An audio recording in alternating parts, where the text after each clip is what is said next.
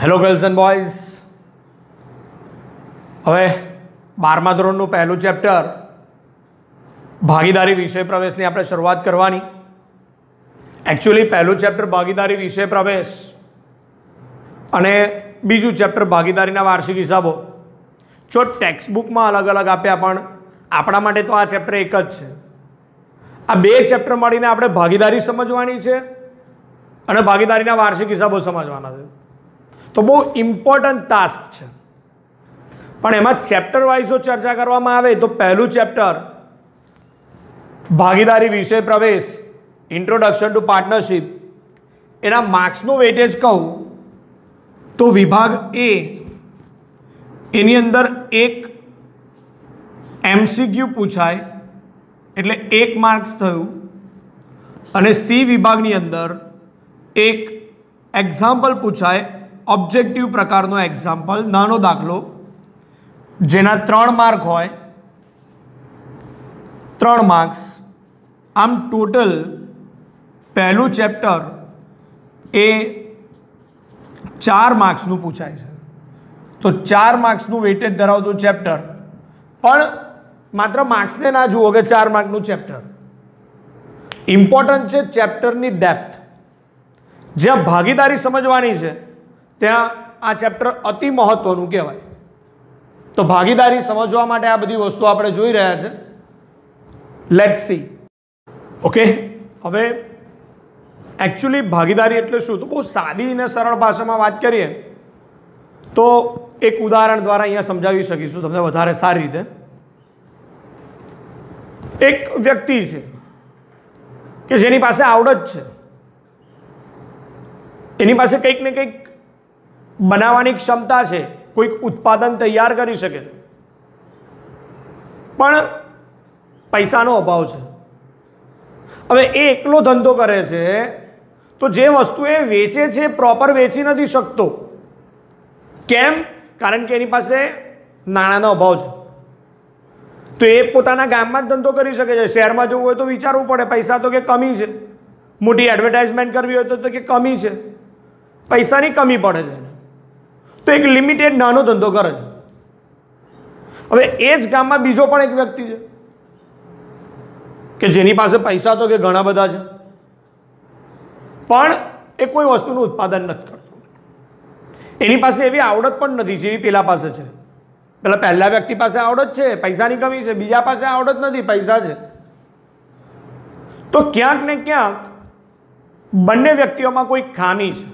પહેલા વ્યક્તિમાં પૈસાની ખામી આવી, આવડત છે, કંઈક બનાવી શકે છે, વેચી શકે છે, એનામાં બુદ્ધિ છે, એનામાં ક્ષમતા છે. જ્યારે બીજામાં બુદ્ધિ નથી, એવું નહીં, એનામાં પણ બુદ્ધિ છે પણ પેલા કરતાં ઓછી, પણ પૈસા છે, પણ આવડત નથી. તો હવે એક દિવસ બન્યું કે બંને જણા ભેગા થયા અને વિચાર્યું કે આપણે બંને મળીને ધંધો કરવો. તો બંને જણ ભેગા મળીને હવે ધંધો કરવાનું વિચારે છે. તો જે પૈસાની કમી હતી એ દૂર થઈ ગઈ, સંચાલન શક્તિની જે કમી હતી એ દૂર થઈ ગઈ, બંનેની આવડત ભેગી થઈ ગઈ. તો અહીંયા એક એવું કહી શકાય કે win win situation.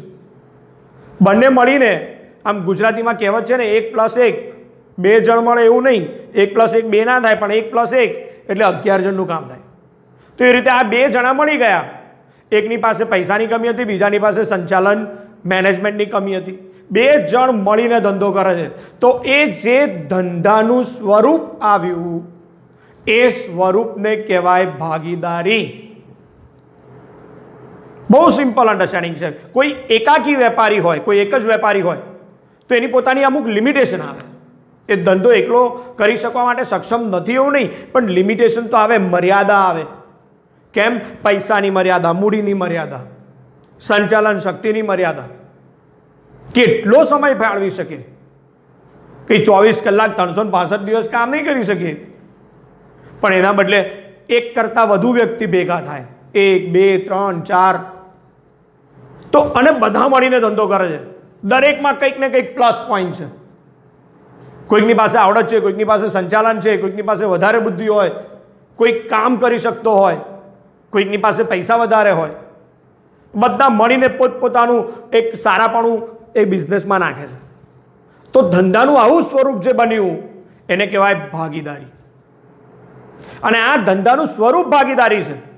Collectively they are non. Collectively આપણે એવું કહી શકીએ કે આ ભાગીદારી પેઢી, પણ ઇન્ડિવિજ્યુઅલી મતલબ બધા અલગ અલગ વ્યક્તિઓને ઓળખવાય તો એ લોકોને કહી શકાય ભાગીદાર. તો એ લોકો ઇન્ડિવિજ્યુઅલી ભાગીદાર છે, પણ કલેક્ટિવલી ભાગીદારી પેઢી છે.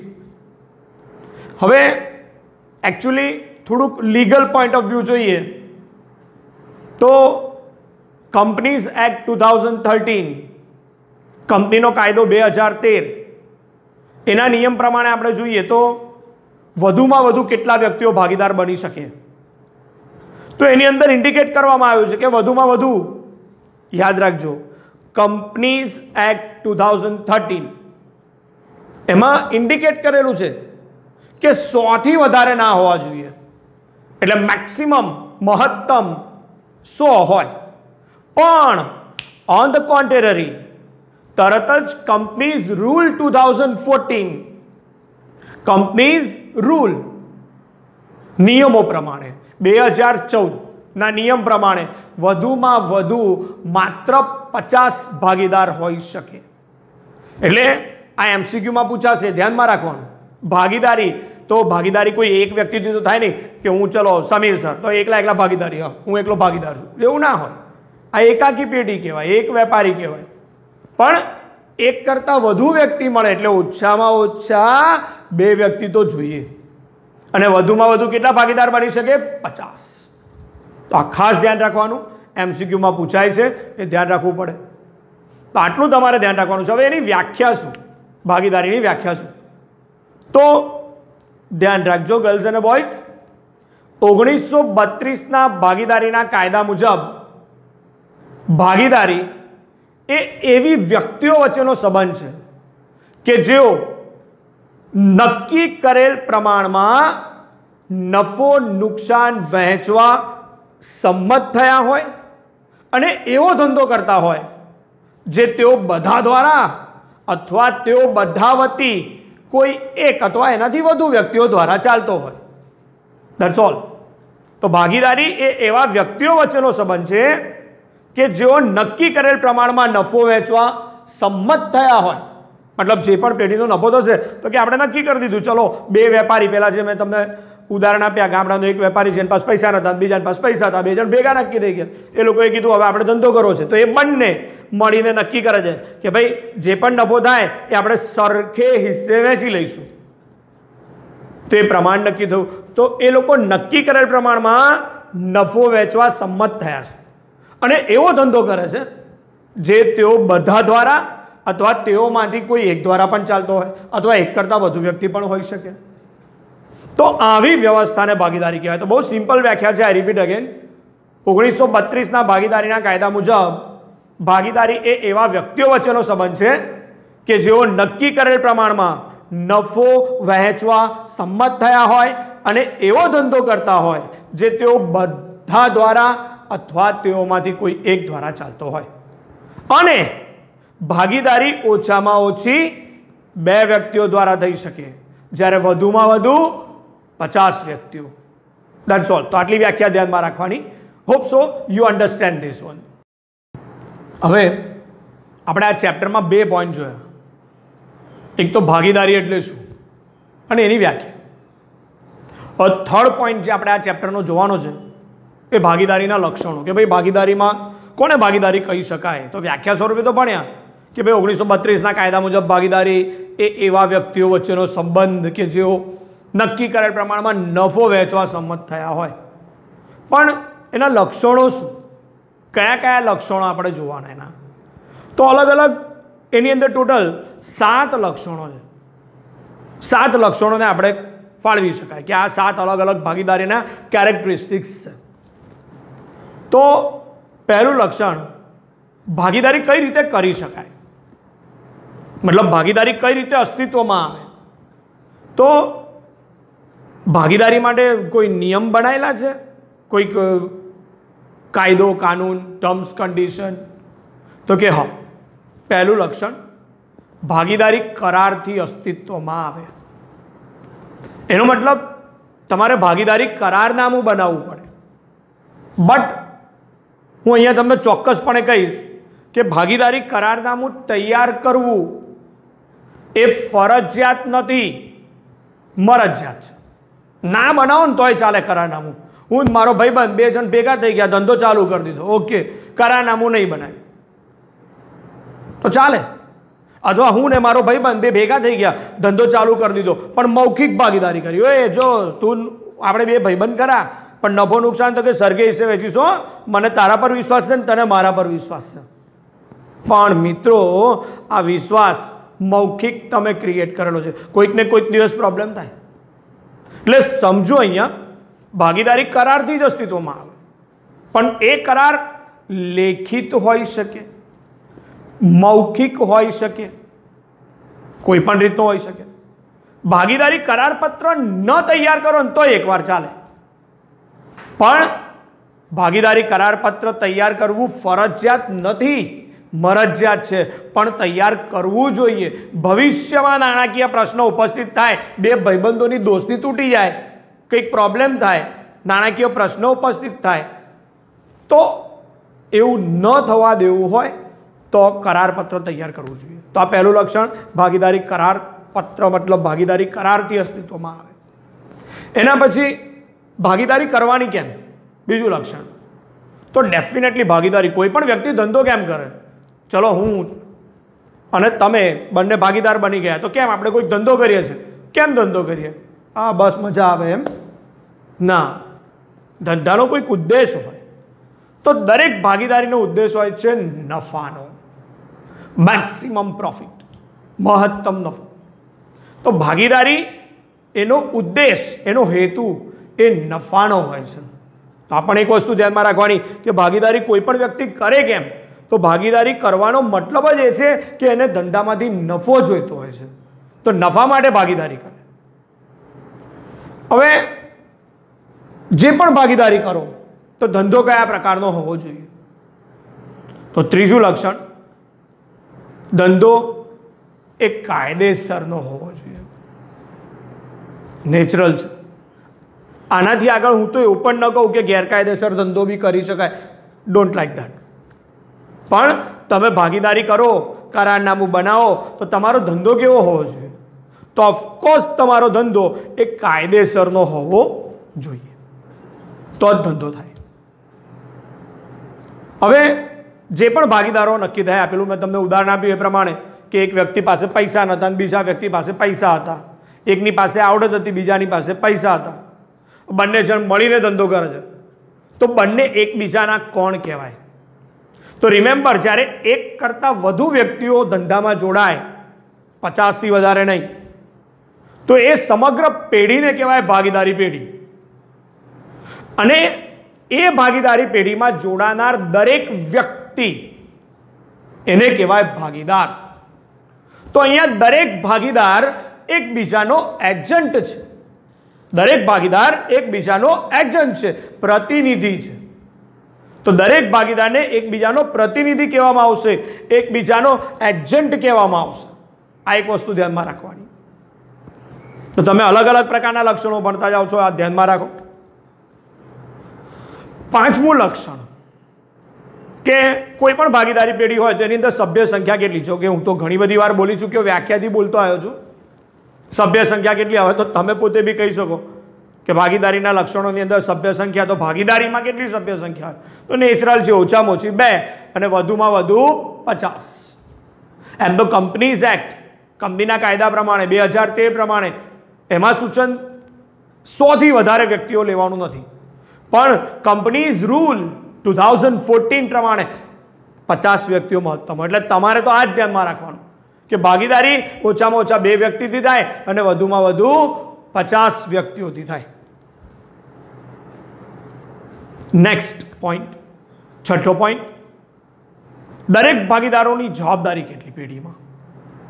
દરેક ભાગીદાર આજે પેઢીમાં આવે છે, ધંધો કરે છે, બિઝનેસ કરે છે, નફો કમાય છે, પણ કોઈક વાર ધંધામાં ખોટ જાય, ધંધાનું દેવું વધી જાય, તો ધંધાનું દેવું પૂરું કરવાનું હોય, ધંધાની જવાબદારી ડિસ્ચાર્જ કરવાની હોય, જવાબદારીની ચૂકવણી કરવાની હોય, તો એવા સમયે દરેક ભાગીદારની જવાબદારી કેવી હોય? તો મિત્રો અહીંયા ખાસ ધ્યાન રાખજો, ભાગીદારોની જવાબદારી અમર્યાદિત હોય. ભાગીદારોની જવાબદારી અમર્યાદિત હોય, મર્યાદિત જવાબદારી નથી. મતલબ શું? અમર્યાદિત જવાબદારી એટલે શું સમજાવું. એક પેઢીની અંદર માની લો કે પેઢીની મિલકત છે 2 કરોડ, પણ એનું દેવું છે 3 કરોડ. તો હવે પેઢીની મિલકતમાંથી દેવું કેટલું પૂરું થશે? તો 3 કરોડની જવાબદારી છે, એમાંથી પેઢીની મિલકત તો 2 જ કરોડની છે, તો એ તો આપી દીધી, પણ હજુ 1 કરોડનું દેવું રહી ગયું. તો આપણે એવું ના કહી શકાય કે ભાઈ જો અમારી પેઢી બંધ થઈ ગઈ, હવે કશું છે નહીં. એ હજુ 1 કરોડ ચૂકવવાના ને, એ તમે 2 ભાગીદારો હોય તો તમારે ઘેરથી આવીને પણ પૈસા લઈ જાય. મતલબ ભાગીદારોએ પોતાની અંગત અલગ મિલકત હોય એમાંથી પણ ભાગીદારી પેઢીનું દેવું ચૂકવવું પડે. તો દરેક ભાગીદારની જવાબદારી અમર્યાદિત છે.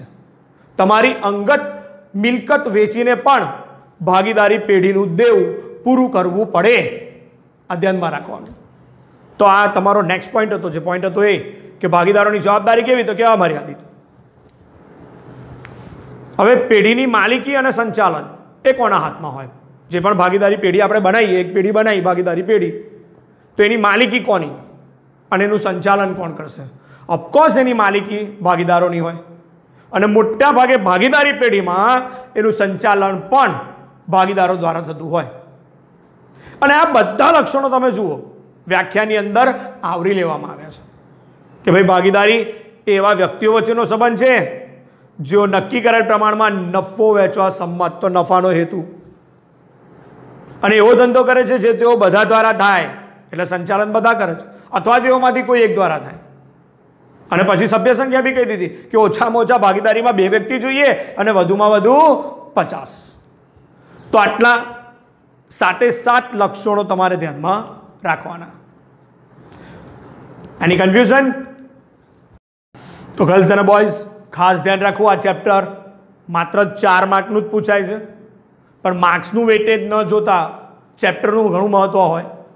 મેં શરૂઆતમાં કીધું એમ ચેપ્ટર નંબર 1 ભાગીદારી વિષય પ્રવેશ અને ચેપ્ટર નંબર 2 ભાગીદારીના વાર્ષિક હિસાબો, બંને ચેપ્ટર એક જ કહેવાય મારા માટે. તો હું તો એક જ ચેપ્ટર કહું છું. અને એની અંદર પર્ટિક્યુલરલી પહેલું ચેપ્ટર મેં તમને શરૂઆતમાં લખાયું, એક MCQ પૂછાય છે એ વિભાગમાં, અને સી વિભાગની અંદર એક ઓબ્જેક્ટિવ પૂછાય છે જેના 3 માર્ક હોય, એટલે કુલ 4 માર્કનું ચેપ્ટર. અને ભાગીદારીના વાર્ષિક હિસાબો એ 11 માર્કનો એક્ઝામ્પલ આવે.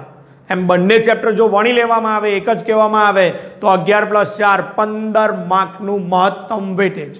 એટલે આ ખાસ ધ્યાન રાખજો. પણ આ ચેપ્ટરની અંદર ભણવાની ખૂબ મજા આવશે. થિયરિકલ પોર્શન છે શરૂઆતમાં, પછી ઘણા બધા એક્ઝામ્પલ્સ છે. વારા પરથી બધા એક્ઝામ્પલ્સ આપણે ક્લિયર કરતા જઈશું, એક પછી એક મેથડ. પહેલાં થિયરી ક્લિયર કરવાની, એની અંદર આજે આપણે 3 પોઈન્ટ ભણ્યા. એક તો એનું ઇન્ટ્રોડક્શન, ભાગીદારીનું ઇન્ટ્રોડક્શન. બીજું ભાગીદારીની વ્યાખ્યા, 1932ના કાયદા મુજબ ભાગીદારીની વ્યાખ્યા. અને ત્રીજું ભાગીદારીના લક્ષણો, કે ભાગીદારી કોને કહી શકાય, એની અંદર કયા કયા મુદ્દા આવરી લેવામાં આવે. હવે આના પછીનો ચોથો મુદ્દો છે એ ભાગીદારી કરારપત્ર છે. કે ભાઈ કરારપત્ર, એમ તો જો કે મેં બધા પોઈન્ટ રિપીટ કરી દીધા હોય કે ભાઈ ભાગીદારી કરારપત્ર તૈયાર કરવું ફરજિયાત નથી, મરજિયાત છે. પણ ભાગીદારી કરારપત્ર તૈયાર કરવું હિતાવહ પણ છે. કેમ હિતાવહ? ભાગીદારી લેખિત પણ હોઈ શકે, ભાગીદારી મૌખિક પણ હોઈ શકે. તો લેખિત કરવી, મૌખિક કરવી, કરારપત્ર તૈયાર કરવું, ન કરવું મરજિયાત છે, ફરજિયાત નથી, પણ તેમ છતાં હિતાવહ છે. આ બધા મુદ્દા આપણે આવરી લઈશું ચોથા પોઈન્ટમાં. દેટ ઇઝ ભાગીદારી કરારપત્ર partnership deed in next lecture.